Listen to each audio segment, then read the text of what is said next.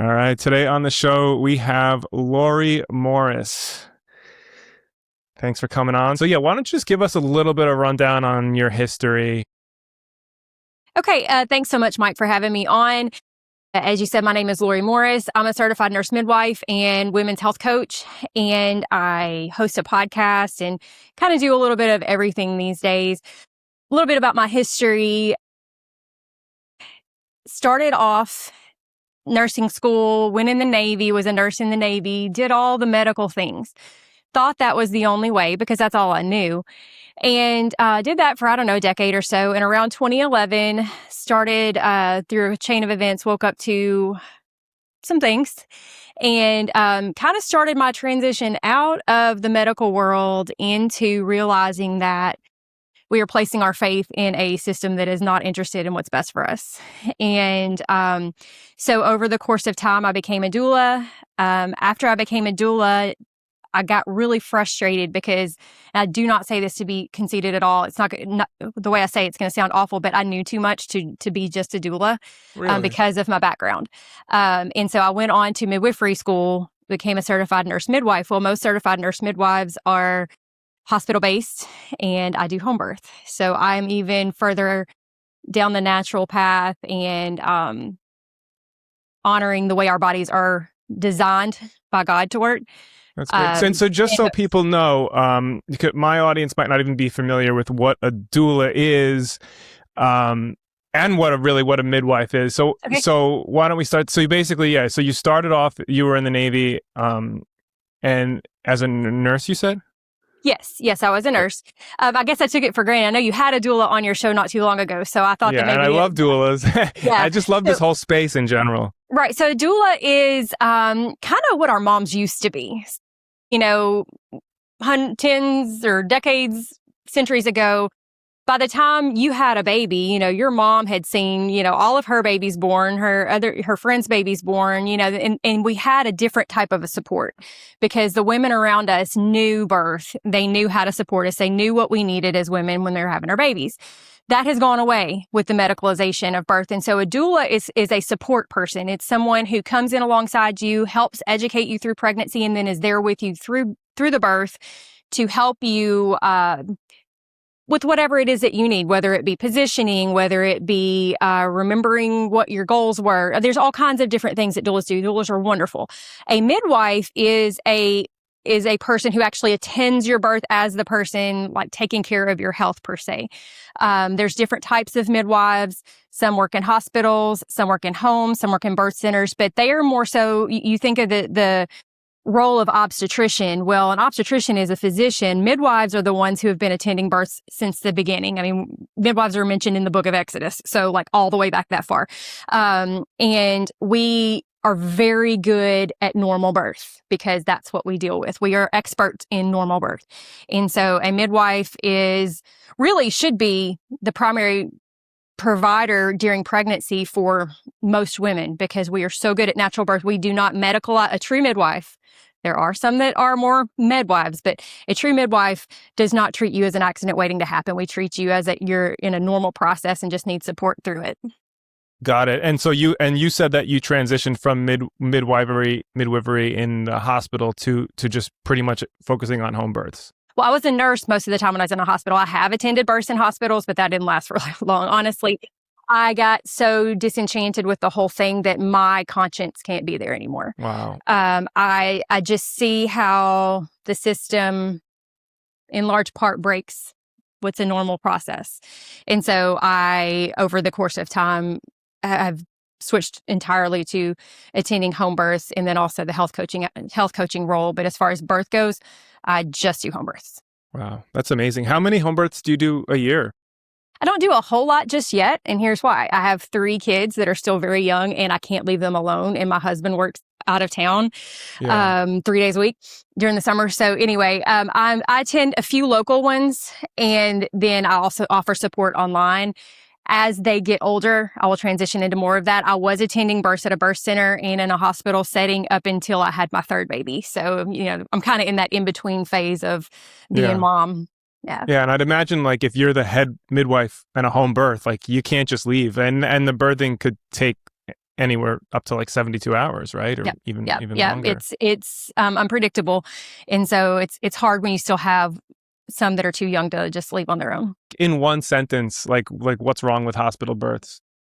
So pregnancy and birth are completely natural physiological processes. A physiological process is something that's going to happen whether you do anything or not, okay? Other physiological processes are like going to the bathroom and things like that. These things are going to happen, right? Now, you can impact them. You can do things to make them stop or go faster or whatever. But if you try to change them, then they don't work as well as they would have before. So birth is something that's going to happen. From the time that baby was conceived through the end of pregnancy, we don't actually do anything. We can nourish ourselves well, we can take care of ourselves well, but the process is all happening inside of a woman's body, and she doesn't really do anything about it, right? And we kind of accept that. Like, you're not creating kidneys, you're not creating the heart, it's happening, right? But you're not doing it. It's a physiological process. So birth is also a physiological process. It is something that should be allowed to progress as it is time for it to progress. Mm-hmm. We don't fully understand what causes labor to happen. We have some idea of like which hormones are impacting it, but we don't really fully understand it. And when you take birth into the hospital, you are automatically impacting the physiological nature of it. So if you come across an animal in the wild who's in labor, and that animal sees you, that animal is going to shut down their labor process and take off away from you because they don't feel safe, because physiologically and subconsciously, they know this is no longer a safe place to give birth. I don't know who you are. I don't know if you're trying to hurt me. Okay. Sometimes people don't think about this, but when it comes to our brains as women, there is some of that there in us as well. So when you walk into a hospital, you're automatically in an unfamiliar place. There are bright lights, there's strangers, there's beeping, there's sick people, there's computers, there's gowns that maybe somebody died in last week. Like, there's so many things, that are not familiar. And our subconscious brain goes, wait a minute, this isn't safe. What's going on here? And how many women do you know who thought they were in labor, went into the hospital, turned out they weren't in labor, and they got sent home, and they go home thinking, something's wrong with me. I don't even know when I'm in labor. The doubt is automatically on them, when really they were in labor. They walked into an unfamiliar situation that made them, that totally changed the physiological process. All right, so now take that, multiply it by if we're inducing. We're giving medications to try to make something happen that's obviously not ready to happen, or it would be happening. You see what I'm saying? There's people coming in and out of your room constantly. In order to labor well, you have to really check out mentally. You cannot be having like conversations like we're having. You can't be answering questions. You have to really be in a different place mentally. And you cannot consistently do that in a hospital because they have to do what they have to do. And I was a former labor and delivery nurse. I was the one doing the interruptions and being in there and checking monitors and doing all these things. But it immediately changes the process when I even walk in the door, because I'm not your normal person. You're not familiar with me. You don't know me. And so that is across the board in the hospital birth. Yeah. So I always want to. Sorry. I was going to say, you can have a natural birth in the terms of like, you can have an unmedicated birth in the hospital, but there is no such thing as truly natural birth in the hospital. You can have unmedicated, but it's not natural. Yeah, that makes sense. And I just from what you're saying, it almost like the process of birthing really is supposed to be a spiritual thing. Like, it's supposed to be, like you said, in nature.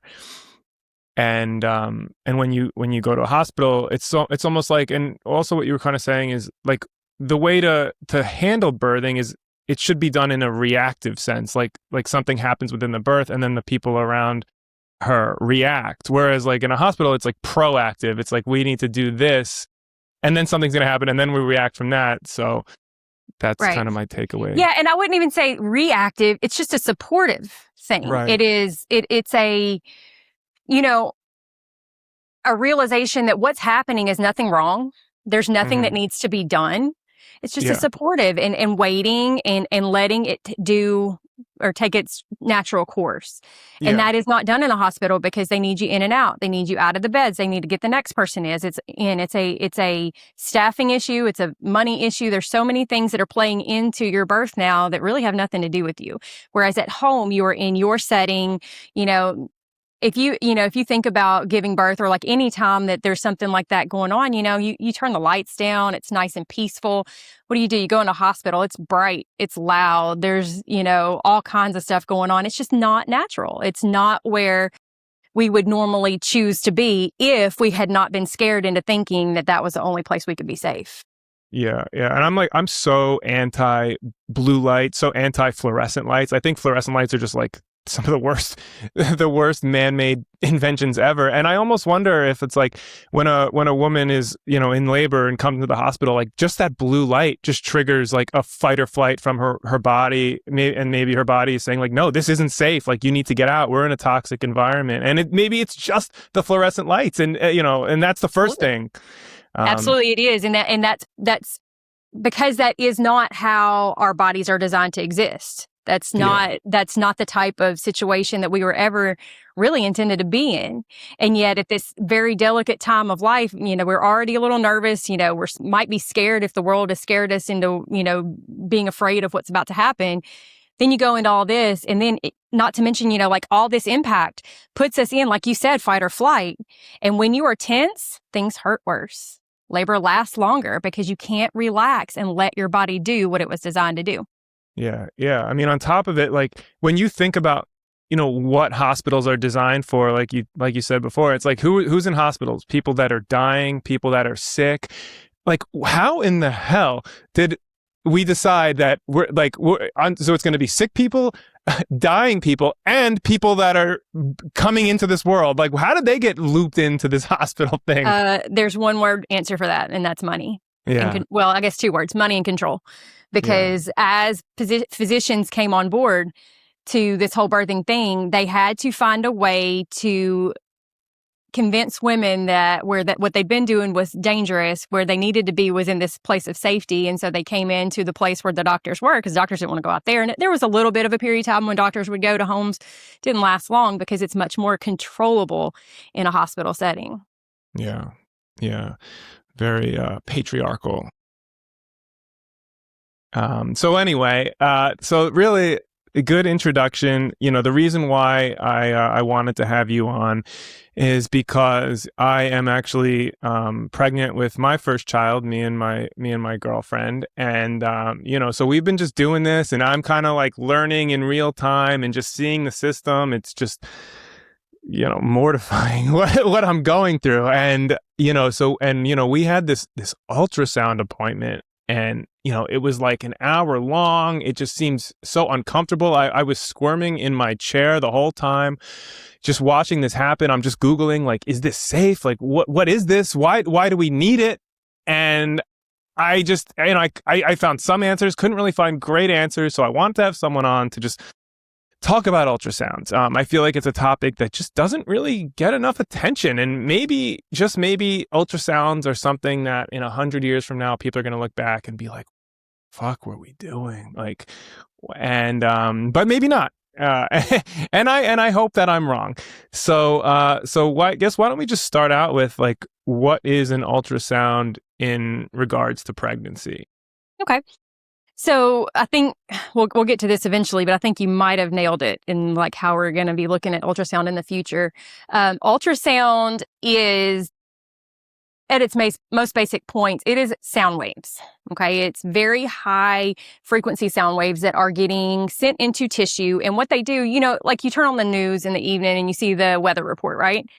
That is a type of Doppler. Doppler is a type of ultrasound. Basically, it's sending waves and it's bouncing back, and then it's taking the information that's being sent back to the machine and making a picture out of it based on what it hit. So in an ultrasound in human tissue, if it hits bones, it looks a certain way. If it hits water, it looks a certain way. If it hits muscle, it looks a certain way. And so as these sound waves are going in, they're bouncing back to the transducer, and that transducer is then taking that information and turning it into a picture. It's taking the sound, but turning it into something we can look at. It actually started, and this kind of starts to make you wonder, like, wait, why are we doing this? That technology began in World War I and World War II as sonar. You've heard of sonar before, probably, when you hear about military activities where right? submarines, they're looking for submarines, right? So they were sending sound waves down and they would bounce back. And when they hit something like the hull of a submarine, it would send back a different wave than if it was just going all the way down and hitting the ground, right? Or hitting the base of the sea. So then that over time, that technology got brought into the medical world. There was a man who started experimenting with it actually on beef, looking at tumors and seeing that different types of tissue were giving different types of signals back. And so then from that, over the course of time, it came into looking for things like bones, looking for other things in the body. And then they were like, hey, I wonder how this would work for a baby, because babies are in water. And one of the things that makes ultrasound much more easy to interpret is knowing where water is, because it does not send back the echo. So like you can get this nice line out around the baby to where you can see what's going on with the baby in real time. And that sounds great. Like we can see what's going on inside without cutting you open. We can kind of get an idea of how things are going. It sounds good on paper, right? But as with most things, there's some downsides to it that nobody really talks about much, especially in it. Once something becomes so mainstream, it's very hard to get any real information in it. And when we were talking before, we were talking about some of the things that happened with COVID. And it's the same mentality. It's like once it's out there, it's so hard to pull back. And we just assume things are safe without ever actually looking into it. Or maybe it's been looked into and the information has been hidden. And unfortunately with ultrasound, the information is there, but it's either dismissed or people don't even know about it. Most people believe that there are no human studies in ultrasound because they believe it's unethical to do so. But that's not true. There actually have been a lot of studies. There's a whole book about it. In fact, I think you have seen that book, and we'll talk about it a little more as we go on. Sure. But there are human studies that show that ultrasound does have impact on a baby's body and on a baby's tissues, and even low intensities, even at short exposures, damage can be caused. There's also associations with things like chorioamnionitis, which is if you've had a baby, to anybody that's listening that's had a baby, or you've ever heard that term chorio, it's basically an infection that they will sometimes use as a reason to do a C-section. There's associations with jaundice. There's association with childhood cancers. There's association with impacts on the red blood cell immune system, autism, ADHD. So lots of evidence behind this. Go ahead. Yeah. So and I definitely want to get into that stuff again. I guess let's just go back to just to make everything clear.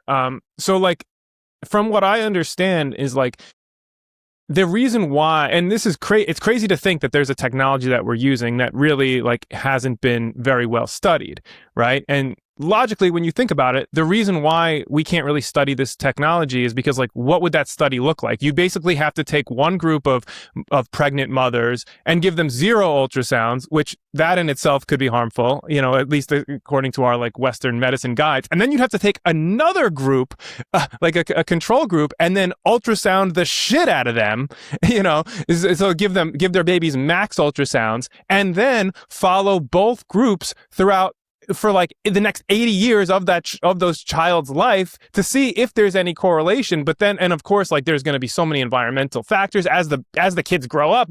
How could you trace anything back to the ultrasound?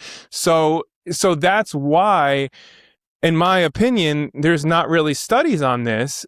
And ultimately that's why ultrasound is also, if ultrasounds are bad, it's so evil because it's almost impossible to trace anything back to the ultrasound. Exactly. So, and it always will be that way. And that's the whole thing. So ultrasound, and in this book that I mentioned a second ago, I'll go ahead and it's got the most dry, awful name you've ever heard on a book ever in your life. It's called 50 Human Studies in Utero Conducted in Modern China Indicate Extreme Fetal Risk for Prenatal Ultrasound, a New Bibliography.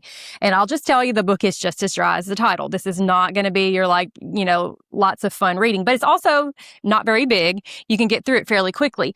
And one of the things that it talks about is that this technology initiates vulnerabilities.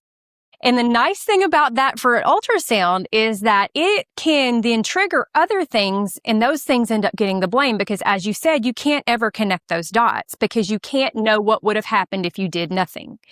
And so there's some thought is like I mentioned some of the things that have been possibly associated with ultrasound. Well, it's possible that ultrasound, the sound waves are impacting the baby in a way that then makes them more vulnerable to future insults from things like shots, from things like, environmental stressors, like you mentioned. And so ultrasound gets off without ever taking any of the blame because you don't think about it when you are looking at, oh, well, now my child has XYZ. No, that happened out of nowhere. Well, did it? Maybe, maybe not. And you won't ever know. And that's the problem. And that's, again, like you said, there's so many different variables. You can't ever just isolate it to that one thing to know for sure. So what this book did, and there are some definite ethical issues with this book, okay? And I'll say that as a disclaimer. This book was based on studies done in China where women had already decided that they were going to have abortions. Now, were they coerced or were they elective? Don't know. That information isn't there. But regardless, studies were done. Basically, these women presented wanting their abortions. And then what they did is they did certain levels of ultrasound for different things, looking at different structures for different lengths of time. And then they looked at these women's babies to see what impacts were made on these babies. Okay. These are studies that can never be done here. Like you said, there's so many ethical issues here. And I get all that. But and it was like China in the 90s, right? Right. Well, it was, I can't remember. It was like 80s or, it was the 90s. And it was a window when China was looking for relevance. And money wasn't necessarily impacting them yet because they weren't making ultrasound machines yet then. They are now. So this study wouldn't even happen there now because they don't want to prove that ultrasound is dangerous. But at that time, they were just trying to be relevant. And so they were doing these studies. So there were 48 studies. So when you hear that there are no human studies, there were 48 studies. There were 10 overviews of those studies. There were 100 scientists involved and over 2,600 women that were studied. So this is not small. In fact, there was a quote in the book that said, human in utero exposure studies are the most abundant form of diagnostic ultrasound research in the modern era, which means that there's actually a lot of studies in humans. Wait, could you repeat that? My brain spaced there. Yeah. No, that's fine. Human in utero exposure studies are the most abundant form of diagnostic ultrasound research in the modern era, which means there's plenty of data in humans. It's just that science likes to find ways to write things off when they don't line up with what they want it to say. Mm-hmm. And these studies are small. And so they like to say, well, those aren't that big of studies. But the statistical significance of these studies is actually high. And statistical significance basically tells you that what's the chances this could have just happened by chance? And these studies, the way that the results came out, the likelihood they happen just by chance is very, very low. And the book explains all that. If you're into all that kind of stuff, go get the book. It's not very expensive and it'll kind of flesh all this out for you. But these studies showed that even low intensities, as little as 3 to 5 minutes in some cases, could change the way that things were happening in the baby's development. It looked at all kinds of different things. And it looked at the intensity levels. It looked at what it was looking at. It looked at when in pregnancy it was done. All these things were factors that they were looking at. And all of them showed that there was impact to the baby.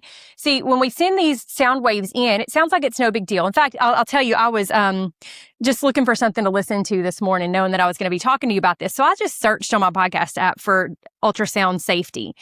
And almost nothing came up. I only found one that looked like it even talked about obstetric ultrasound. And of course, it was somebody that is an ultrasound tech. So you can imagine where it went. But it blew my mind that all she said was, it's just sound waves.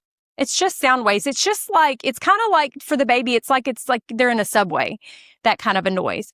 And I thought, first of all, it's very dismissive. Second of all, you're ignoring a lot of things because we know that ultrasound increases temperature.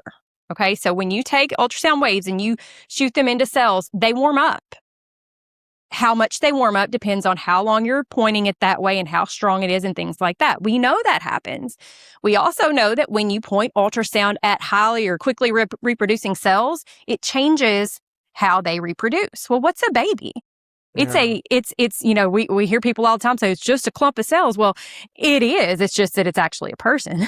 And those cells, it changes the way that they reproduce or how they duplicate and everything. I think I had seen the term like... It can cause impacts to DNA and how the DNA then fleshes out. So there are very real physiological impacts that are happening here, and they're being written off as no big deal. Go ahead. Yeah, I think I had seen the term, I forget like what the professional term is, but like cell death or something like that. Apoptosis. Yeah. What was that? Apoptosis. Yeah. Yes. So it's like basically programmed cell death, because our cells have inside of them the ability to basically self-destruct when there's either something wrong with them or when they've lived out their life. That's a good thing. But that it can be increased or changed by the ultrasound waves. So that is definitely one thing that can happen. There's also something called cavitation. Cavitation is a known thing. And in fact, we might get to this at the end, but I've actually gone through some ultrasound training myself for a purpose that came after I learned all this. And cavitation is something we studied in that class. And so it is a very real thing. And basically what it is it's these bubbles, basically tiny bubbles that can kind of vibrate and then they collapse. Well, we don't know what that's doing inside of a baby. We don't know the impact that that's having, but we know that happens. And so if you take it back to these early ultrasounds, that, there are some practices that you can't walk in the door until they've done an ultrasound on you. Yeah. And these babies are tiny. And these waves are going into those teeny tiny little people and impacting them in ways that we don't fully appreciate. And in what we do know about it, we're writing it off, or we're selectively saying, oh no, that doesn't exist, when it does. Yeah.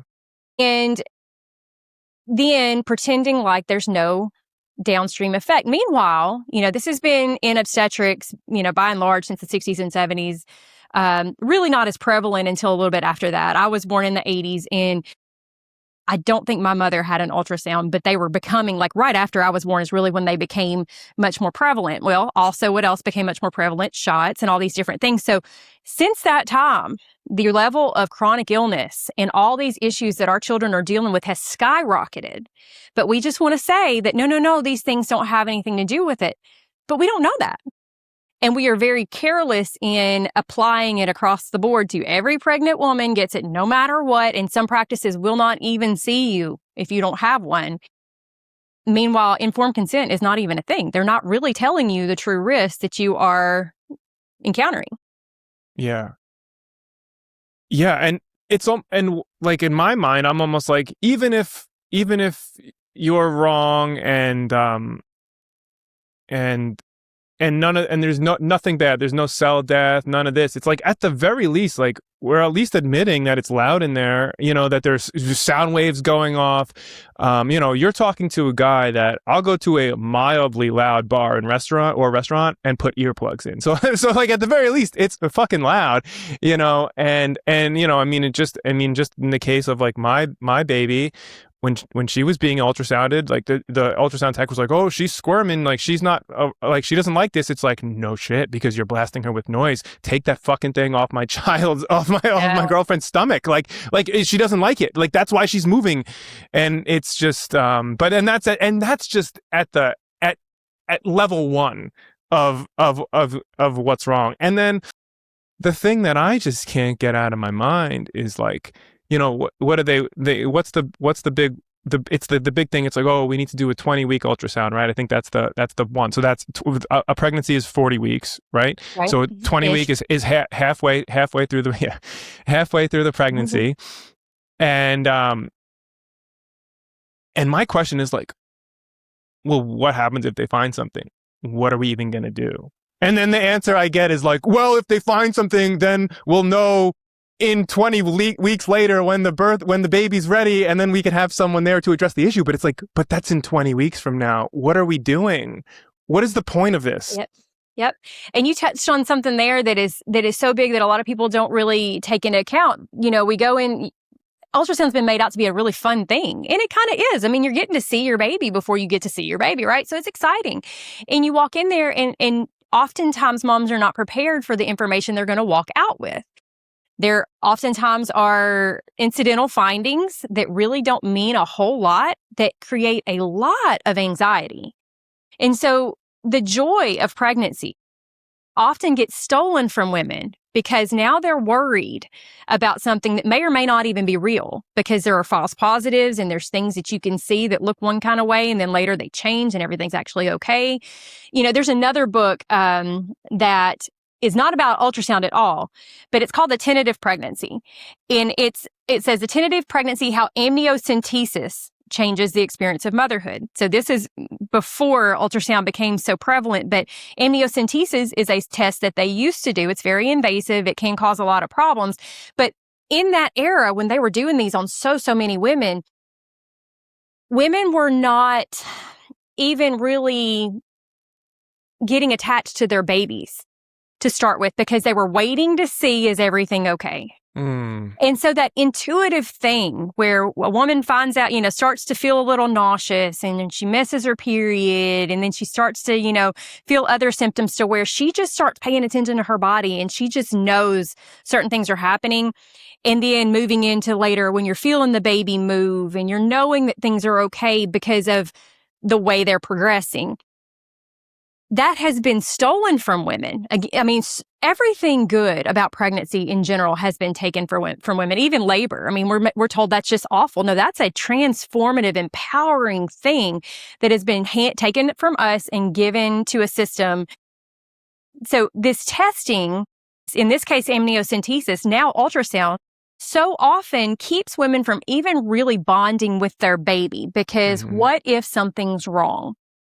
And so then we go in to look for these tests and we walk out potentially with, like I said, incidental. It could be real. It could not be real.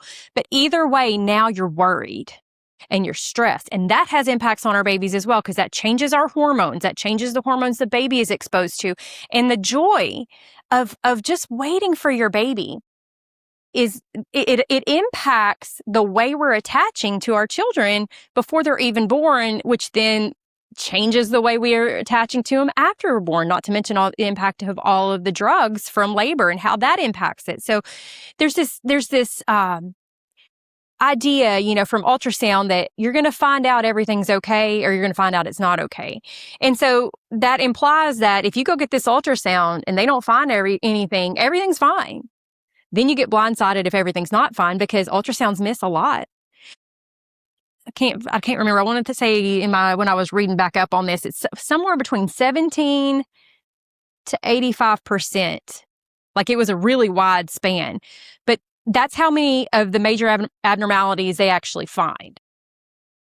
That leaves out a whole lot that they don't find because either they're hard to find anyway, or maybe impossible to find. And you know, there are babies that are aborted based on findings from ultrasounds that then they find out later either they weren't there at all or they weren't nearly as severe as what they were told they were. And so there's just so many levels of this that reduces the creation and of life, bringing forth a new life. It reduces it to medical procedures. It reduces it to just something that's being done to us. When in reality, it's a beautiful process that is empowering and just there's nothing that's quite as fulfilling as conceiving, growing, and giving birth to a baby in your own power. I had all 3 of my babies outside of the hospital. Wow. And when you can walk away from that and be like, I just had a baby. There's a person here that didn't used to exist. And it was created in me. And then I gave birth to it. That is amazing. And it is empowering. And it sets you up for motherhood in a way that going in and having things done to you never can. And these tests are the first seeds of, you don't really know what you're doing. You need to come to us and let us tell you what's really going on. Without us, you'll be lost. Meanwhile, it's a flawed technology that could be causing problems. Yeah. That's so profound, and something that I really hadn't even thought of. It just takes, I mean, just empowerment is the word. It takes your empowerment. Like, I just look at birth so much as like a rite of passage, like from the whole thing. And it's just taking that away. And on top of that, like you said, it's reinforcing like faith in this system. It's reinforcing the fact that like you can't do things on your own, which then, is a downstream effect to like all things, like, oh, you need to buy your food in a grocery store. You need to register your kid with the government when it's born, and it has to get a social security, all of these things. And you need to send it to the public school system where your babies can then be indoctrinated. It's just, it really is. It sows the seeds of you not really knowing what you're doing. It's interesting you brought up faith, because I had jotted down a quote from George Bernard Shaw. It says, "We have not lost our faith. We have transferred it to the medical profession."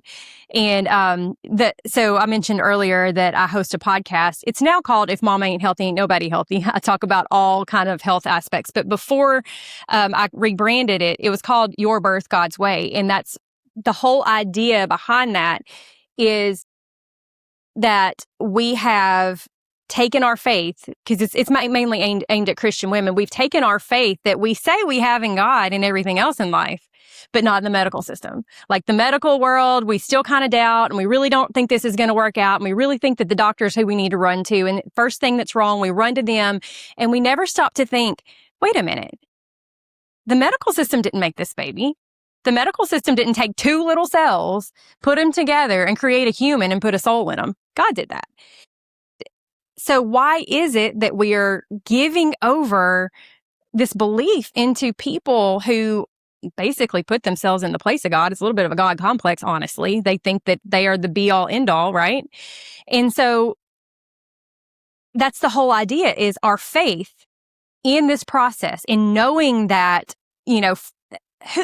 who can ever conceive of two cells can become hair and skin and heart and lungs and muscles and bones, and then eventually a full-grown human adult after birth many years later? But that started from two cells. And yet somehow we think that the medical system is going to know more about it than we can just know from the implicit knowledge we get from being created by God. It is so much bigger than most people even want to admit.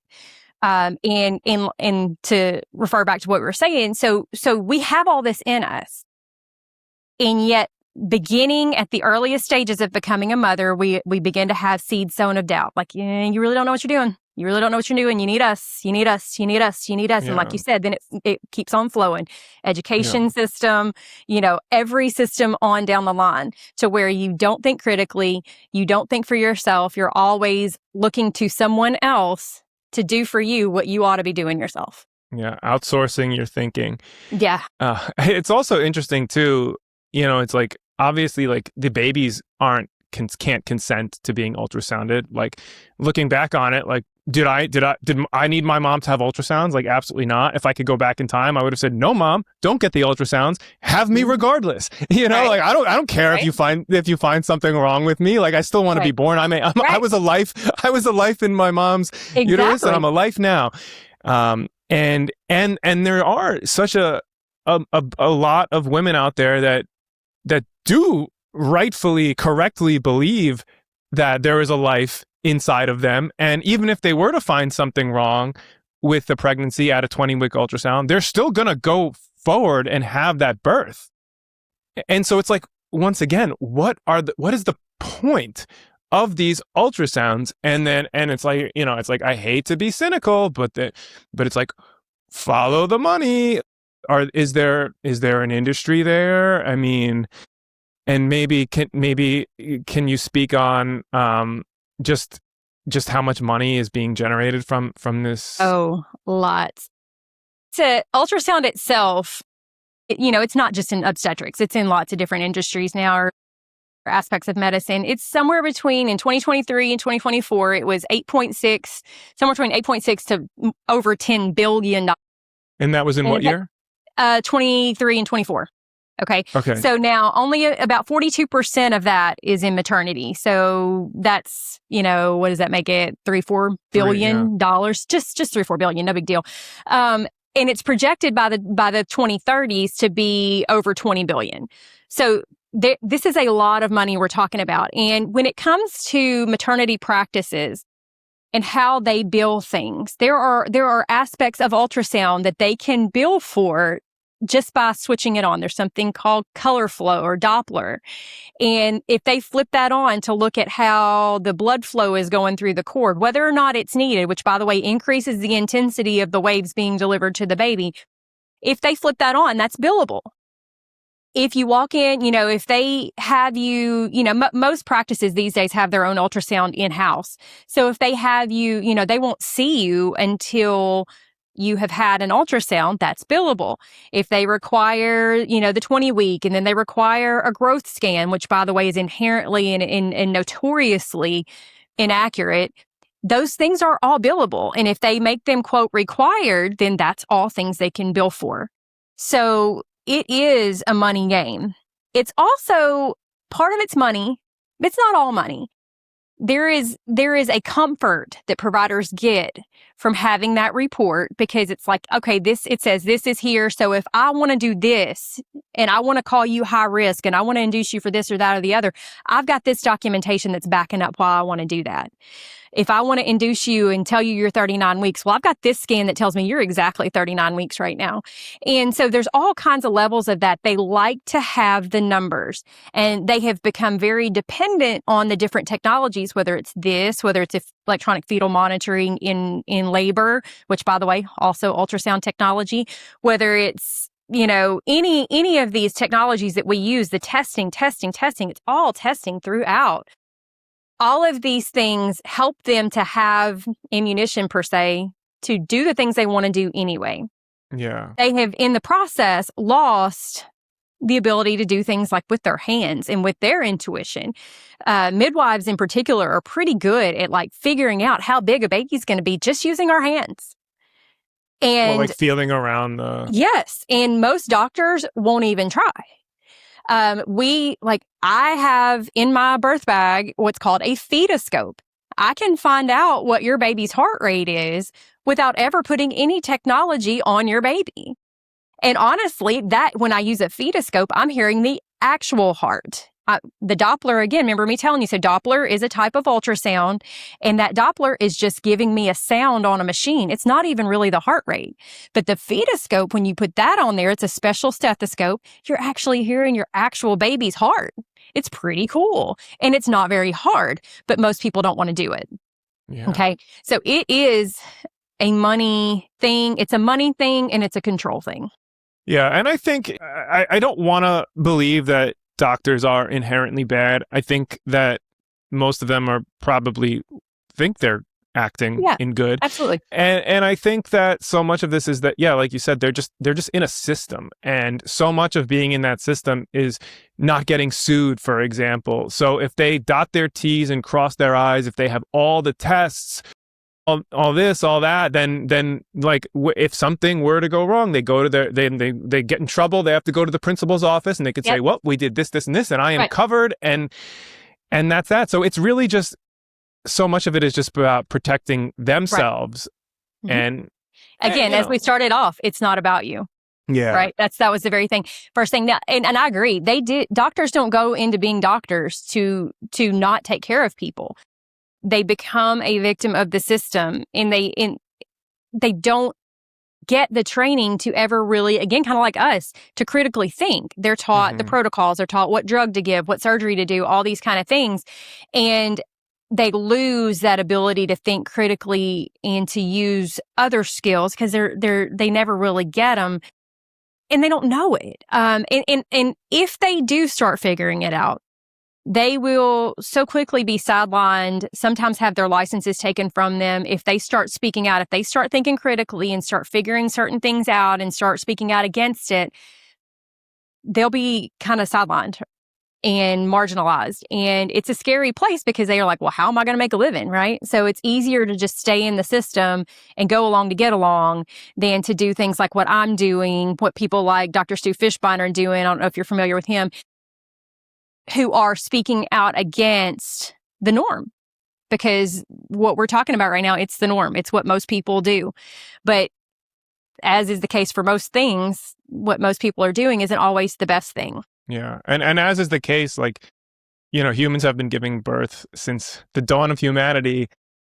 And that was the norm. And then in the past 50, 75 years, we've put it into the hospital. And now, like, we're the kooks. Like, we're the crazy ones because we don't want to have... It only took about 100 years to completely change the location of birth and then to make people think for doing what used to be normal, now you're crazy. And by the way, that is not a small thing. You're learning, you said, you're really researching. Start researching how that all happened, about the witch hunts against midwives and the way they were portraying midwives and how that all played out, and you'll get madder than you are right now. Yeah, I'm not surprised. Yeah. So one more thing that, you know, and it like we were saying, like, it's so hard to find information out there, you know, especially with, you know, agents like ChatGPT, which I don't believe have our best interests at heart. So like I have heard that, like, I guess ultrasounds became more and more popular like in the 90s and everything. And I've heard that now the intensity has increased since then. Have you seen anything about that? Like, that it's not even the same technology as it was for, like, it's not like your mom's ultrasound. Am I accurate there?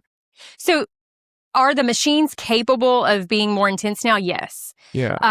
For obstetric ultrasound. So it's like, even like in Jim West studies, for example, like these are from the 90s or whatever. Like, it's like, and these had terrible results. Like, have the intensities increased like 8x since this? Well, he documents in there the increases that happened in the periods of time he was looking at. So there was some increase. So the thing about obstetric ultrasound that makes it just a little bit different. So like, if you're looking at something shallow, like something close to the skin, you're trying to see a tumor or something like that, you want to use higher frequency because that's how you get the waves don't go as far, but you get a better picture of up close. For a pregnancy, if you make it too high frequency, you actually don't see anything because you need the waves to go deeper. So is it possible that they're stronger? Yes, but actually for ultrasound in particular, you actually don't want it as intense, or you won't even get to the baby. The waves won't even get far enough to give you a picture. But now, that being said... But isn't there a difference? Because you're talking about frequency, which is like sound waves, so like versus longer waves. But I'm talking about, is there like an intensity meter? So like... Right. So that was where I was going. So on our machines, there was a number you could actually see. It was called the spatial peak temporal average. It's just a fancy word that told you how intense those waves were. That's not even there anymore. It's now there's two different numbers. It's mechanical index and also thermal index. Thermal index indicating how warm the tissues could be getting from the accumulation. And the mechanical index is another measurement of just how much intensity is going in there. The problem, though, is you don't have the actual numbers anymore. So how you adjust it is going to depend on the ultrasonographer. The onus of making sure that the proper intensities are being used is on the radiologist. It's not regulated by and large. The FDA kind of gave it to them to determine. And this is what's interesting in this book, and I'm going to open it so that I can make sure I give you the right numbers. In this book, a survey was done give me 1 second. I got it marked. That's a little pink flag right there. I'm just going to read you the quote because it will have more power. A questionnaire was distributed to 145 doctors, 22 sonographers, and 32 midwives from 9 European countries. All of them were using diagnostic ultrasound on a daily or weekly basis. The results of this study were depressing. About 1/3 even knew the meaning of the mechanical index and thermal index that I just mentioned. Only 1/3 even knew what they meant. Only 28% knew where to find those indices on their machine. And more alarmingly, only 22% knew how to adjust the energy output of their machine. So these things are there to make sure that the intensity isn't too strong, but they don't even know how to use it. Wow. Only 32% were familiar with what thermal index even meant. Only 17% were able to define it. And only 22% were familiar with mechanical index, and 21% knew where the indices even were on the display. So the bigger problem is knowing how to dial it in, knowing what the minimal amount you need to get the picture you're trying to get is. Yeah, that's terrifying. Yeah. And like, not to mention all of the boutique type of places now to where it's not even a medical facility. You're just going in to get pictures of your baby. Right. And then there's like, I don't even know like who the lead is, but the person who's doing the ultratech themselves, like a lot of these women maybe have a GED. It's like who's actually doing the physical ultrasounding? Like what are their qualifications? Right. Like they and you have to do your own legwork to find that out, to find out who, how much training do they have, who were they certified by, things like that. In the regulatory kind of situation of ultrasound, there's 5 different agencies per se, or for lack of a better term, that are controlling it. FDA controls the machines. The American Institute of Ultrasound Medicine, they make the practice guidelines. ACOG, which is American College of Obstetrics and Gynecology, they decide the OB guidelines. Centers for CMS, was that Centers for Medicaid, whatever, they decide what is reimbursed, and then the states decide who to license. So there's no one oversight. It's kind of all scattered. And again, as everybody's just looking at it like, it's no big deal, it's pretty safe, then it doesn't matter. Interestingly enough, I was looking at this question. I was just kind of asking the internet. I think I even asked ChatGPT just to see what they would say, because I kind of doubt it too. And I'm always interested just to see what kind of information you'll get out of that. And this quote was interesting to me. It says, ultrasonography and magnetic resonance imaging, that's MRI, are not associated with risk and are the imaging techniques of choice for the pregnant patient. Okay, now listen to this though. So that's the first part of the sentence. Second part of the sentence, but they should be used prudently and only when use is expected to answer a relevant clinical question or otherwise provide medical benefit to the patient. Well, why? If they're truly safe, why does it matter if they're being used prudently? They're saying the quiet part out loud right there, basic, like, I'm going to tell you it's safe, but only use it if you really need it. But why? Because they know that there's some question marks there. They know that it's, and you'll see that throughout. Like, you should only use it for this much, but we're going to still use it here, but only use it a little bit. And so, and at the same time, there's nothing wrong with it. It's not harmful. Right. There's no risk. They know. They're just, and you alluded to this earlier, and it's really a sick history in obstetrics, but from x-rays, x-rays used to be normal. There's a quote I found in one of my books that said, antenatal work without the use of x-rays is no more justifiable than would be the treatment of fractures. In other words, there was a time in history, this was in 1935, that the medical system thought that it was irresponsible not to use x-ray on moms. They were looking at their pelvises. They were looking at how the baby was developing, how the baby was positioning, and they were using x-rays. Fast forward, they found out that, oops, we're causing leukemia. Oops, we're causing cancer. But it took several decades before that knowledge came to the forefront. So in 1935, we're having these comments that we ought to be using x-ray for everybody. Why would you ever not use it? To then finding out, oops, we've ruined all these babies, right? 1978, a very similar statement came out about ultrasound, saying it's irresponsible basically not to use it. Things like DES, I'm not sure if you're familiar with that. It is a drug that was given to pregnant women to prevent miscarriage and preterm birth, supposedly. And then, so that was done in the 40s. Fast forward to the 70s, and a rare type of cancer showed up, and they figured out it was the babies whose moms had received this drug. Thalidomide was a sleep aid and a drug for morning sickness that was given to a large swath of pregnant women. Fast forward, we find out congenital abnormalities. Babies were coming out with these absent limbs. Like, if you've ever seen the pictures where the babies like have no hands and like little bitty short arms and legs and things like that, that was being caused by thalidomide. We have a long history of women being used as experiments. Now, will this ever happen with ultrasound? We can't tell. But it's possible that we're going to find out that it's called toxic synergy, that this is the thing that is triggering so many babies to be overreactive to other things in life, like the shots, like the, environmental impacts, dietary issues that are causing them to then develop chronic problems that they never would have had if they had never been exposed. I don't know if it'll ever come out. I don't know if anybody will ever pump the brakes on it because, again, ultrasound gets off as being innocent. Look, I don't have to be a fortune teller to know that for a fact, at some point, there will be a better technology than an ultrasound.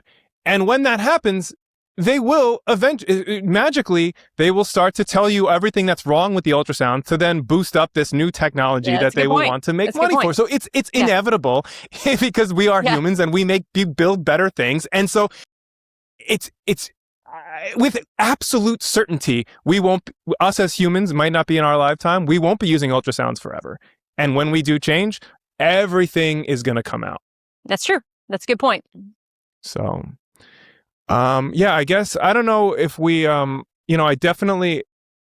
know you talked about it before. I just want to make sure that we covered all bases about like the negative effects. If you want to just like read down that list again, just so that we just have it like set in stone, like the negative effects of ultrasounds. Right. Not medical advice. If there's right. So if you're interested, to the listeners, if you're interested in really wanting to know the ins and outs of each and every different thing, I could not go through all 50 and list every single thing that was in this book, but this book is worth getting and just going through to see, the specific impacts, because it goes through very granulated, like, different organ systems, different things. The general associations that they have drawn lines between ultrasound and these things are things like chorioamnionitis, jaundice, childhood cancers, these cancers that we don't know where they're coming from. Like, why are these babies having cancer, such as leukemia, lymphoma, brain tumors, things like that. Red blood cell immune system impacts, autism spectrum disorder. Again, that is one that so many things are done to babies before they've had a chance to show us who they are that we end up thinking they were born this way, but were they? We really don't know because when these things are being done sometimes prenatally, we don't see yet that the light switch was on, but then it got switched off. And then other things too, like ADHD and all these things, like ADHD and autism spectrum disorder, these are all brain neurotoxic issues, okay? And so the ultrasound, especially if you think about like these early ultrasounds, babies this big, these waves are being directed at a brain that is developing, and we are impacting the way it's developing from the very earliest stages. And we don't know what would have been different if we had just left it alone. We don't know where these learning disabilities come from, but what we do know is that the numbers of all of the things that I just mentioned now are so much higher than they used to be just, 20, 30 years ago. It's coming from somewhere. We didn't just suddenly break as humanity. Something is happening. And the prudent thing would be to pull back and stop doing things and just let things progress naturally. It'd be interesting if that happened, to see how the numbers would drop and all these things happening. And maybe some of that's going to happen as, there are some changes happening in big places and at least giving parents the choices back. But we are causing harms. And nobody wants to point the finger. Nobody wants to say it's our fault. But there are things that we are choosing to do that are changing the way our babies are developing. And we need to make sure we understand what we're doing before we choose to do them. We need to stop walking in blindly. We need to stop, just trusting whatever source we hear and actually own our own health. Actually get in there, do the work, because we've established that we can't trust the medical system to always tell us the truth. So we have to do our due diligence, to do the legwork, to get the information to make sure that we are making informed choices for ourselves and for our babies. Yeah. Yeah, perfectly said. I mean, I guess probably many women will choose to get ultrasounds, and that's people's own choices, and no one's gonna, as long as like you said, informed consent, like, get the ultrasound, but understand what it is, understand the risks. We didn't really talk about this a lot, but it's a risk versus benefit. Like, if there is a indication, there's something going on specific that you have decided it would be better for me to know this than and to take on a little bit of risk than to not know it, then it's a totally different conversation. My main argument is the routine application of pretty much anything. Nothing should be routine because everyone is different. And when we automatically start going and looking, sometimes we find things that don't even mean anything and create all kinds of other problems and set you up for being called high risk and being treated like you're an accident waiting to happen your whole pregnancy when really your pregnancy was fine. It's all about making sure that the risk outweighs the benefits. And you know, you made reference to this a little bit earlier, but in my practice, the way that I operate is if a test is not going to change anything, we have a very real conversation about whether we're even going to do it. Like, why? There's nothing routine in my practice. There's nothing that somebody comes into me and says, you know, I'm coming to you for care. What do I have to do? You don't have to do anything. It's your pregnancy. And each thing I will tell you, you know, this is the test that we could do. This is what it's going to tell us. This is what, you know, how it would impact your care. Do you want to do it or not? Because if it's not going to change anything, why are we doing it? And that's the same thing for ultrasound. Like you said, you know, if this isn't going to change anything, why are we doing it? But the medical system doesn't look at it this way. We have a form that has all the tests, and we want to go over and see what everybody's results are on each of those tests. And if it's not there, then why isn't it there? Why didn't you do it? What if you have this? What if you have that? And it's this anxiety and this when they don't have every single bit of data on every person. Well, it's your choice whether they're going to do that. Now, they're not going to portray it that way. They're not going to like it if you push back, but you don't have to do anything. It's your body. It's your pregnancy. It's your baby. You get to decide. Perfectly said. So do you have any tips for people who choose to go the ultrasound route? So, like mitigate effects? Yeah, absolutely. First of all, again, if it's not going to change anything for you, think about maybe not having one. If you are going to choose to have them, the later you wait, the bigger the baby is, the less intense it is to the smallest of the tiniest of earliest tissues. And as your baby goes through those first several weeks, these cells are differentiating into every organ, every cell that your baby is going to be. And so in those early stages, when we're first taking those, you know, we don't have very many cells yet. They're just in those early stages of replication and becoming whatever they're going to be.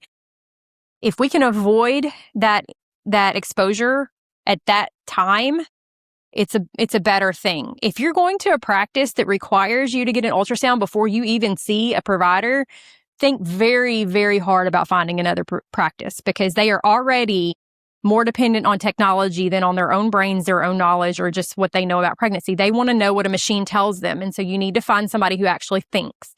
That's a big red flag. If you're going to a practice that makes you get an ultrasound before you can even see anybody, that's a big red flag because they're obviously just doing it routinely.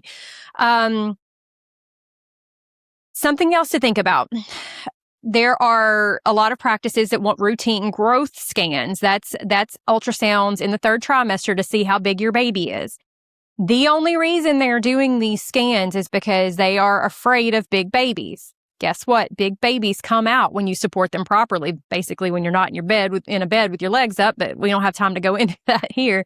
But big babies are not inherently dangerous, but they are afraid of them, and they will try to push you into doing things like inductions and things like that when they think that your baby is big for their gestational age. But here's the thing. Everybody in maternity knows that growth scans in the third trimester are inherently bad. They can be off by as much as a pound or two. That's a huge difference. And there are countless women who went in for their inductions for their quote big baby that go home with their 7-pound baby. Happens all the time.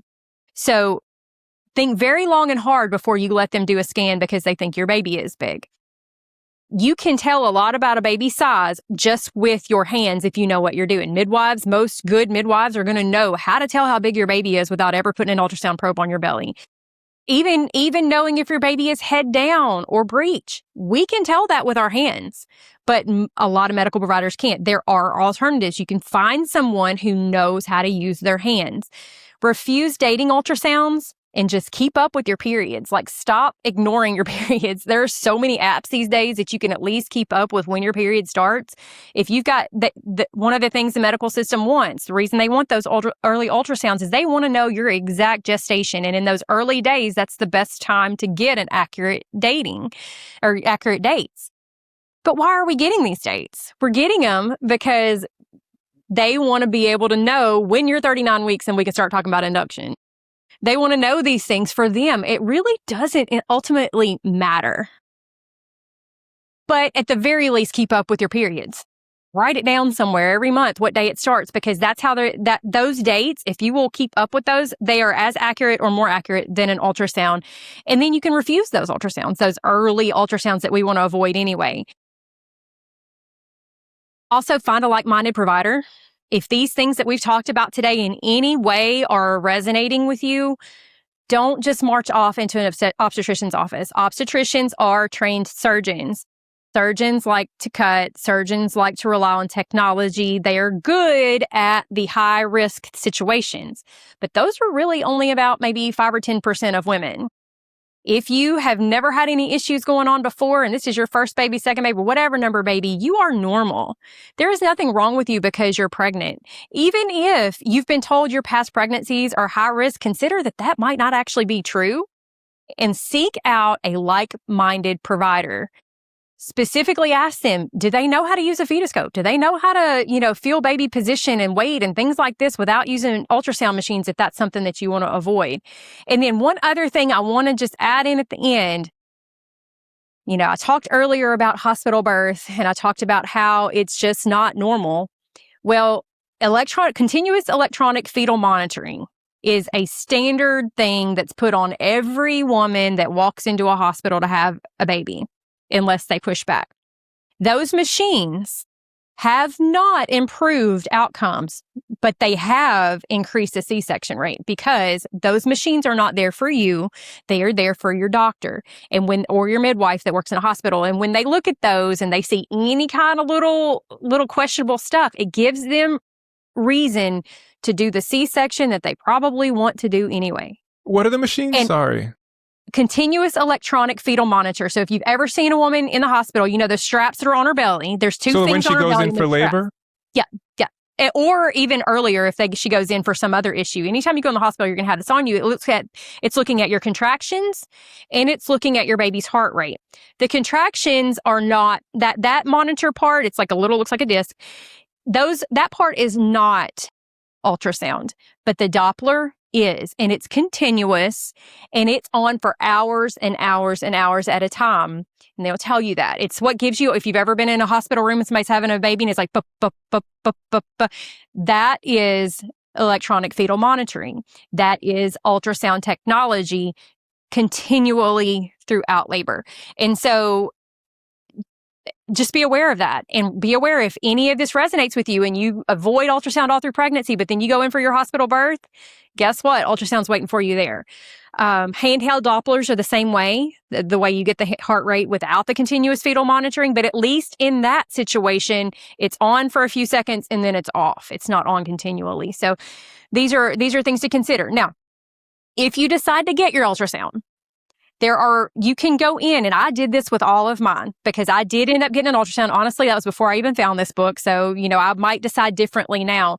But if you go in to get your ultrasound, ask them to move quickly. Tell them that you don't really care about all the ins and outs of everything. Ask them to do it as quickly as they can.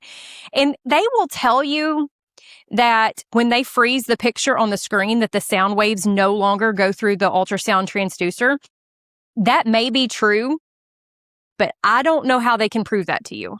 And so I personally asked them to take it off my belly. They like to keep it in the same spot because then that way they're right where they were. Yeah. But they can also tell that by where all the goop is. I asked them to take it off. And when they were typing in their little labels and putting in their information that they needed to document, which is all fine and good, I asked them to take it off of me. That's an option.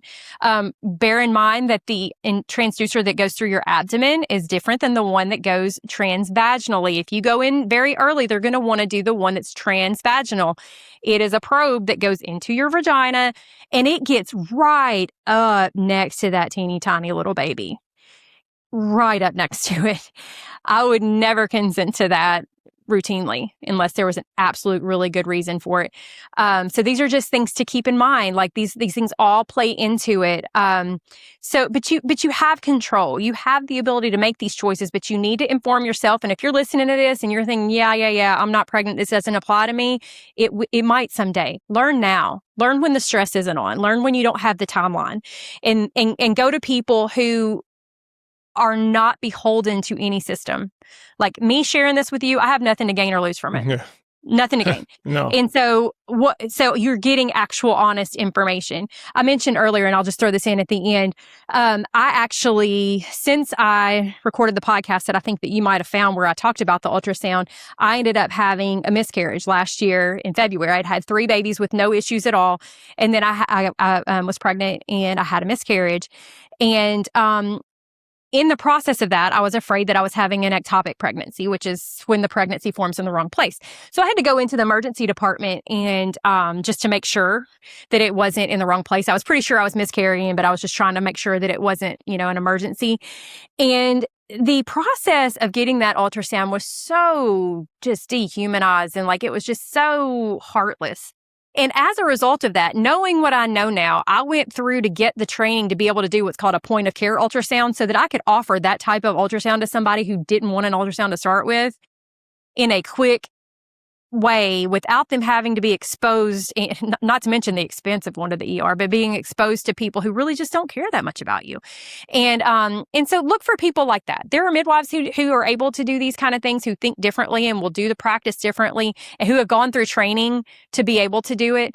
There's alternatives out there. So just be aware of that. Be aware that you have choices. Sometimes it feels like like I'm just going to go to the OB and I'm just going to do this, but realize that might not be what's best for you. And there are better options out there. Great. Do you have a hot take for us? My hot take is have your babies at home. Like that's the best place. It's not popular, but it's getting more popular. And it's just, as I said earlier, as a female, we live in a culture that, tries to pretend like they are pro-woman, but then, they tell men they can be women and stuff like that. And in doing so, take away so much of what's beautiful about being a woman. God chose us to give birth to new life. There's nothing cooler than that. To be able to actually bring forth, like in my home right now, there's 3 people who didn't even exist when I met my husband. Like they're running around making all kinds of racket and everything. That is really cool. When you just walk into this process blindly, when you don't realize what you're walking into, you end up giving up so much of that beauty. And so spend the time now, whether you're pregnant or whether you're not, learn what you can learn. Find people like me, like so many others. There's so many people out there that are sharing this information, and just reclaim what is yours to have. It is beautiful. It is not scary. Birth is nothing to be afraid of. It's intense. There's sometimes pain for some people. Some people don't have pain, but that is when you go through that, when you face that, and you come out on the other side and you're holding that baby and you know that nobody helped you get that baby there, but you are a different mom. You are a different person because you know that you can do things. And there's nothing else more powerful than that, honestly. Perfectly said. Thank you. Lori, where can people find you? I'm all over the place. I'm on Facebook and Instagram. You can find me there, Lori Morris, CNM, I think, altogether, maybe Lori_Morris_CNM. You can just, if you want to find any of my links or anything, you can go to my website. And I have to say the first part of it, because sometimes if you just put in the URL without the HTTPS, it doesn't work. So it's https://www.morriswellnessservices.com. And then to get the buttons, to where you can just click to go to whatever, go to link in bio /link in bio. If you look up my podcast, it's now called If Mama Ain't Healthy, Ain't Nobody Healthy. It's on all the podcast apps. The first 140 or so episodes were all pregnancy content. That was back when it was called Your Birth Guide's Way. And that's all still there archived for you. And so if you want to know more about ultrasounds, the episodes that I touched on ultrasounds, grab you a little sheet of paper. It was 17, 116. In that episode, I talked to Dr. Stu Fishbein, who is a friend of mine, and we talked about ultrasound in that, among many other things. He's awesome. I talked about the safety of ultrasounds in 128, and I talked about the story about ultrasound in my practice in 145, I believe, and 157. So that just kind of gives you some places to start, but there's lots and lots of content. And now I talk about more broad health topics because I not only help pregnant women, but I'm helping women who are just tired of going to the doctor and having them they're telling them nothing's wrong. Your labs are great. Everything's fine, but they feel like garbage and they know something's wrong. I help women like that figure out what's really going on and do health coaching to get them back into feeling good again. And so that's what I do now as well. So that's the more recent episodes. Amazing. Thank you so much. Thank you. This is the Cold Plunge Podcast with me, Mike Gorman. Be sure to check out the video version of this podcast on our YouTube channel and check the show notes for any references, studies, or links to anything I spoke about on our website at plungereviews.com/podcasts.